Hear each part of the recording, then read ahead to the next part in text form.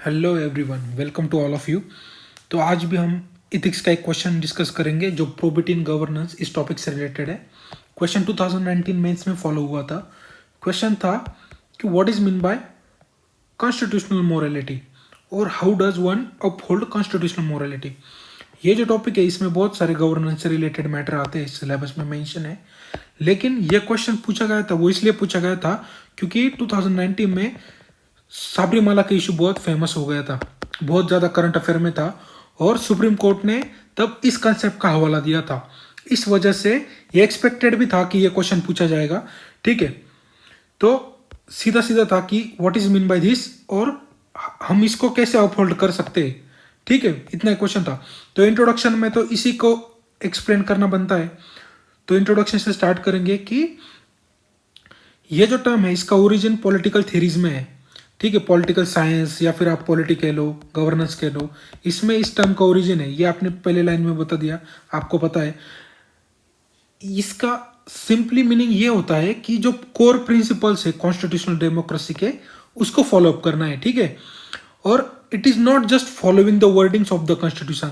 सिर्फ वर्ड जो लिखे कॉन्स्टिट्यूशन में उसको फॉलो नहीं करना है, बट जो पॉलिटिकल प्रोसेस है ना उसको इंक्लूसिव बनाना है, पार्टिसिपेटिव बनाना है और सबके राइट जो है वो सिक्योर करने हैं, प्रोटेक्ट करने हैं। ये इस टर्म का कॉन्स्टिट्यूशनल मोरालिटी का मीनिंग होता है। ठीक है, कि सिर्फ वर्डिंग्स नहीं बट हर किसी का राइट, इंक्लूसिव पार्टिसिपेशन भी जरूरी है कॉन्स्टिट्यूशनल मोरालिटी में। ठीक है, तो मेन बॉडी पे आते हैं। तो सिंस ये क्वेश्चन 10 मार्क के लिए आपको सीधा जंप करना है जो इश्यूज है उस पर कि इसको अपहोल्ड कैसे करना है। लेकिन इस टर्म को आपको थोड़े से 2-4 पॉइंट में मेंशन करना पड़ेगा कि इसका ओरिजिन कहाँ पर है, कहाँ कहाँ मेंशन किया गया है। ठीक है, तो ये जो टर्म थी कॉन्स्टिट्यूशनल मोरालिटी, इसको डॉक्टर बाबा साहब आम्बेडकर यूज करते थे अपने वेरियस पार्लियामेंट्री डिबेट्स में। तो फिर जब वो, लेकिन उनकी जो कंसेप्ट थी वो थोड़ी सी अलग थी। उनकी ये जो कॉन्स्टिट्यूशनल मोरालिटी की जो कंसेप्ट थी, उनकी ये कंसेप्ट थी कि जब कॉन्फ्लिक्टिंग इंटरेस्ट होगा डिफरेंट पीपल्स या फिर डिफरेंट कम्युनिटी के बीच में, जो दो लोग हैं उनके जो आइडियाज है वो कॉन्फ्लिक्टिंग हो गए। ठीक है, तो जब उसमें कोऑर्डिनेशन इफेक्टिव एस्टेब्लिश कर पाएगा कॉन्स्टिट्यूशन, तो हम उसको बोलेंगे it is a constitutional morality. ये अंबेडकर बाबा साहब की कंसेप्ट थी। ठीक है, कि effective coordination between conflicting interest of different people. लेकिन ये जो कॉन्स्टिट्यूशनल मोरालिटी है, इसका एक और मीनिंग ये है कि respecting all form of authorities. जो कॉन्स्टिट्यूशन की अथॉरिटीज है, डिफरेंट बॉडीज जो उससे पावर डिराइव कर रही है। ठीक है, ये डिफरेंट बॉडीज, तो उनका जो है, उनकी जो पावर्स और उनकी जो कमांड है कॉन्स्टिट्यूशन से डिराइव, तो इन बॉडीज को रिस्पेक्ट करना, इनकी कॉन्स्टिट्यूशनल वैल्यूज को रिस्पेक्ट करना, ना कि इनको सब्सिडाइज करना, कि इनको सप्रेस करना जब आप पावर में है। तो एक कॉन्स्टिट्यूशनल मोरालिटी कि इन बॉडी को रिस्पेक्ट किया जाए, ये एक दूसरी टर्म है, मतलब दूसरी कंसेप्ट है, आइडियोलॉजी है इस टर्म से रिलेटेड। बाबा साहब आम्बेडकर की अलग थी, इसकी अलग है। और करंट एरा में जो चल रही है, जो हम कॉन्स्टिट्यूशनल मोरालिटी देखते हैं, सुप्रीम कोर्ट जो वेरियस जजमेंट में देता है, वो अलग है। ठीक है, तो एक ही कंसेप्ट है और उसके डिफरेंट फॉर्म्स इवॉल्व हुए हैं। ठीक है, नेक्स्ट जो पॉइंट है कि ये जो कॉन्स्टिट्यूशनल मोरालिटी ये कंसेप्ट ये क्रूशियल हो जाती है, क्योंकि अगर कोई एक्ट या फिर लॉज है जिसको इफेक्टिव बनाने हैं, तो उसमें इस कंसेप्ट की होना जरूरी है। अगर वो नहीं रहा तो जो कॉन्स्टिट्यूशन है वो एकदम आर्बिट्रेरी हो जाएगा, इरेटिक हो जाएगा, वेग हो जाएगा, उसको कुछ मीनिंग ही नहीं होगा। ठीक है, कि जैसे मतलब कोई पर्सन है जो सोसाइटी में ले रहा है, ना ही उसको कोई वैल्यूज है, ना ही उसको कोई इथिक्स है, ना ही कोई मोरालिटी है, तो वो पर्सन कैसे होगा, उसको कोई रिस्पेक्ट नहीं देगा, वो कोई सोसाइटी में हाईएस्ट स्टेटा अचीव नहीं कर पाएगा। सिमिलरली कोई कॉन्स्टिट्यूशन जिसको मोरालिटी ही नहीं है, तो वो कॉन्स्टिट्यूशन कैसे अपने फुल पोटेंशियल में काम कर पाएगा। ठीक है कि नहीं, जो वैसे जो लॉज है, एक्ट्स है, अगर उसमें मोरालिटी नहीं रही तो फिर वो कैसे बन जाएगी, वेग नहीं बन जाएगी, इरेटिक नहीं बन जाएगी। ठीक है, तो वैसे ही इस कंसेप्ट को डिफाइन किया है सुप्रीम कोर्ट अपने वेरियस जजमेंट में।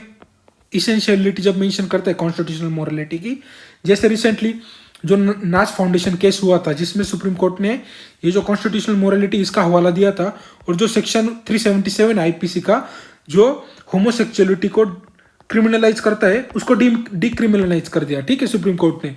तो सुप्रीम कोर्ट ने नाच फाउंडेशन केस में ये जो कंसेप्ट है इसका हवाला दिया था। और उसके बाद जब साबरीमाला का इशू आया था कि वुमन को एंट्री नहीं थी जो साबरीमाला टेम्पल है उसकी श्राइन में, तब सुप्रीम कोर्ट ने फिर से इस कंसेप्ट का हवाला दिया था कि आप कॉन्स्टिट्यूशनल मोरालिटी को देखो कि वुमन को भी इक्वल राइट है मेन जैसे। ठीक है, आप कोई भी कंसेप्ट का हवाला देके ये नहीं कह सकते कि वुमन अलाउड नहीं है, ये कॉन्स्टिट्यूशन की मोरालिटी इथिक्स है, वैल्यूज है, उसके खिलाफ है। ठीक है, तो नेक्स्ट जो पॉइंट है कि कॉन्स्टिट्यूशनल मोरालिटी को अपहोल्ड कैसा किया जाए, ये क्वेश्चन में पूछा गया है। तो सुप्रीम कोर्ट या फिर जो वेरियस कोर्ट है, सुप्रीम कोर्ट, हाई कोर्ट, ये जब अपनी जजमेंट देंगे ना तो वो जजमेंट पॉपुलैरिटी पे बेस नहीं होनी चाहिए। तो उसको टर्म है कि पॉपुलर मोरालिटी। ठीक है, इस पे बेस नहीं होनी चाहिए, rather it should be base on constitutional morality, कि कॉन्स्टिट्यूशनल के जो कोर वैल्यूज प्रिंसिपल है उसको आप समझकर जजमेंट दीजिए, ना कि पॉपुलैरिटी। मतलब एग्जांपल, अगर कोई केस है कि उस केस को बहुत सारे लोगों का सपोर्ट है, XYZ केस है, तो बहुत सारे लोग उसको सपोर्ट कर रहे हैं, फेवर कर रहे हैं कि सुप्रीम कोर्ट ने ऐसा ऐसा वैल्यू जो ये देना चाहिए कि जजमेंट देना चाहिए, ये पॉपुलैरिटी हो गई उस केस से रिलेटेड। लेकिन सुप्रीम कोर्ट ने इसको तजव्वुर नहीं देनी चाहिए। सुप्रीम कोर्ट ने क्या करना चाहिए, जो कॉन्स्टिट्यूशनल के कोर प्रिंसिपल्स है उसको फॉलो करना चाहिए जजमेंट देते वक्त। ठीक है, तो तब ऐसा करेंगे कोर्ट, तो ये जो कॉन्स्टिट्यूशनल मोरालिटी इसको अपहोल्ड किया जा सकता है। दूसरा तरीका है कि जब हम लॉज या फिर पॉलिसीज इनैक्ट करेंगे या फिर फॉर्मुलेट करेंगे, तब इस प्रिंसिपल को, कोर वैल्यूज है उसको फोरफ्रंट रखना चाहिए, कि इसको समझना चाहिए कि जब हम कोई लॉज बनाएंगे कि हम कॉन्स्टिट्यूशनल मोरालिटी को फॉलो करें, कि इसके लॉज राइट्स है वो वायलेट ना हो, सबको एक साथ पकड़ के इंक्लूसिवली वो एक्ट और पॉलिसी बननी चाहिए, किसी पे डिस्क्रिमिनेशन बिल्कुल नहीं होना चाहिए। ठीक है, नेक्स्ट जो पॉइंट है कि हम इसको अपहोल्ड कर सकते हैं कि जब हम कोर प्रिंसिपल्स को अपहोल्ड करेंगे, जैसे कॉन्स्टिट्यूशनल सुप्रीमेसी को अपहोल्ड करेंगे, रूल ऑफ लॉ को अपहोल्ड करेंगे, लिबर्टी, इक्वलिटी, सेल्फ रिस्ट्रेंट को अपहोल्ड करेंगे।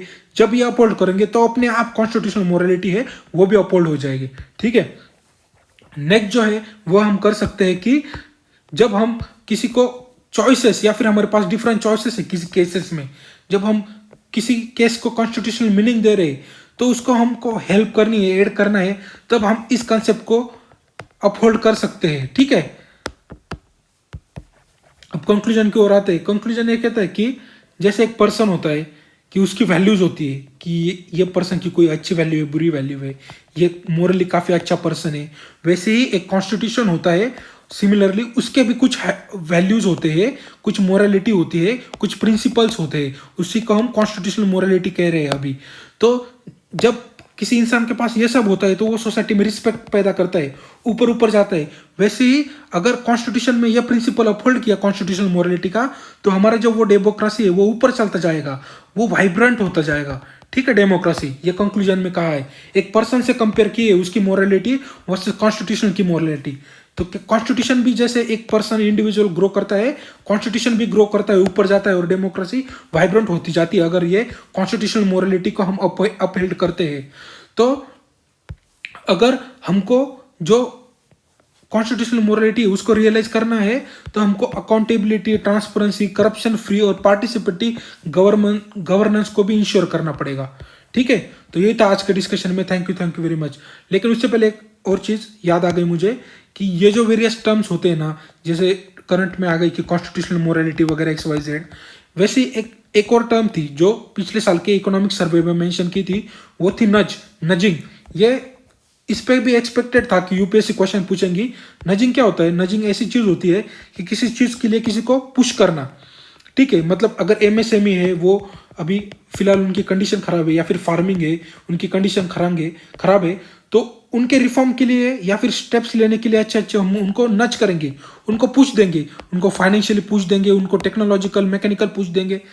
तो वैसे ही इससे भी रिलेटेड पूछा जा सकता है ये आगे आने वाले क्वेश्चन में कि what do you understand by term nudging. ठीक है, and how it is good और बैड इन द सोसाइटी। तो नज अच्छा है या बुरा है, तो आप लिख सकते हो नज क्या है, मीन्स ये इकोनॉमिकल टर्म है, मतलब इकोनॉमिक्स थ्योरी से रिलेटेड है। Nudge means to give, push, to support anyone. ठीक है, लेकिन इसके कुछ अच्छे फायदे होंगे कि किसी को पुश करेंगे तो हम उनके अच्छे से रिफॉर्म ला सकते हैं, उनमें स्टेप्स ला सकते हैं, गवर्नेंस चेंजेस ला सकते हैं, एफिशिएंसी बढ़ा सकते हैं, नेगेटिव पॉइंट्स बता सकते हैं कि हम किसी का माइंड भी चेंज कर सकते हैं नजिंग से। जैसे अगर 500 रुपये की शर्ट है, उस पर 499 लिखे होते हैं, आप देखोगे मॉल्स में या फिर इसमें, तो आप ये क्या कर रहे हो, आप उनका माइंड चेंज कर रहे हो, आपको पुश कर रहे हो उनको कि उनको ये टी शर्ट खरीदना नहीं है, लेकिन फिर भी आप उनको पुश कर रहे हो, नच कर रहे हो कि आप ये खरीद लो। क्यों? क्योंकि इस पे 1 रुपया कम लिखा है, लेकिन ऐसा लग रहा है ये 400 में ही बिक गई है, लेकिन इसकी वैल्यू तो उतनी है, 1 रुपया बस कम है 500 रुपए से। तो ये क्या है, ये लोगों को हम डाइवर्ट कर रहे हैं कि पुश कर रहे हैं कि ये खरीद लो आप। तो ये क्या है, ये नजिंग के बैड इफेक्ट्स भी हो सकते हैं। तो ऐसे आप जो टर्म फोकस में है करंट में काफी, तो उसके बारे में जानकारी रखा कीजिए। Thank you so much for the discussion.